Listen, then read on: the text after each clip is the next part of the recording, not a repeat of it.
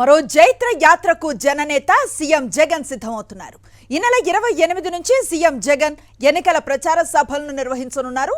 తాడిపత్రి నుంచి ప్రచార సభలను ప్రారంభిస్తారని వైఎస్ఆర్సీపీ ప్రకటించింది. ప్రతిరోజు 3 సభల్లో పాల్గొనున్నారు సీఎం జగన్. ఈ నెల 28న తాడిపత్రి, వెంకటగిరి, కందుకూరులో బహిరంగ సభల్లో పాల్గొంటారు. అలాగే 29న చోడవరం, పి గన్నవరం, పొన్నూరులో ఎన్నికల ప్రచార సభలు ఉండనున్నాయి.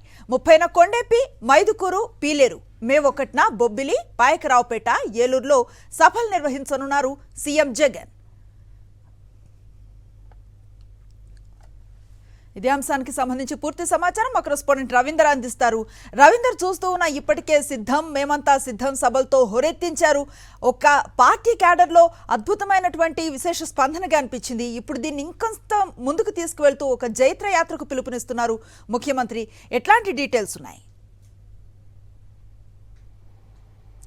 ఖచ్చితంగా అనుశ్రీ, రేపు మళ్లీ 3వ విడత జరగబోతున్నటువంటి ఎన్నికల ప్రచారంగా దీన్ని మనం భావించవచ్చు. ఎందుకంటే తొలుత జనవరి 27న ప్రారంభమైనటువంటి సిద్ధం సభలు రాష్ట్ర వ్యాప్తంగా 4 నిర్వహించారు. ఆ తర్వాత మార్చి 27 నుంచి ప్రారంభమైనటువంటి బస్సు యాత్ర మేమంతా సిద్ధం పేరుతో రాష్ట్ర వ్యాప్తంగా 86 అసెంబ్లీ నియోజకవర్గాల్లో నిర్వహించిన సంగతి అందరికీ తెలిసిందే. ఇప్పుడు మళ్లీ దాదాపు 45 అసెంబ్లీ నియోజకవర్గాల్లో ఎన్నికల ప్రచారాన్ని నిర్వహించేందుకు వైఎస్ జగన్ సన్నద్దమయ్యారు. ఆ నేపథ్యంలో రేపు లేదు ఎల్లుండి అంటే 28వ తారీఖు నుంచి ఇది ప్రారంభం కాబోతే మొత్తం 4 రోజులకు సంబంధించిన షెడ్యూల్ ను వైఎస్ఆర్ కాంగ్రెస్ పార్టీ కేంద్ర కార్యాలయం రాత్రి విడుదల చేసింది. దీనికి సంబంధించి ఎప్పటికప్పుడు మిగతా రానున్న రోజుల్లో జరగబోతున్నటువంటి సభలో సంబంధించినటువంటి సమాచారం కూడా అందించబోతుంది. ప్రస్తుతానికి 4 రోజుల పాటు జరగబోతున్నటువంటి సభలకు సంబంధించి చూస్తే 28వ తారీఖున తొలుత అనంతపురం జిల్లా తాడిపత్రిలో మొదటి బహిరంగ సభ జరగబోతుంది. అదే రోజు మధ్యాహ్నం వెంకటగిరిలోను, తర్వాత కందుకూరులో సభలు జరుగుతాయి. ఆ మర్నాడు 29న చోడవరం, పి గన్నవరం, పొన్నూరులో జరిగేటువంటి సభల్లో వైఎస్ జగన్ పాల్గొనబోతున్నారు. అనంతరం 30వ తారీఖున కొండెపి, మైదుకూరు, పీలేరులో జరిగే సభల్లో జగన్ పాల్గొంటారు. ఇక మే 1వ తారీఖున బొబ్బిలి, పాయకరావుపేట, ఏలూరు జరిగే సభల్లో పాల్గొంటారు.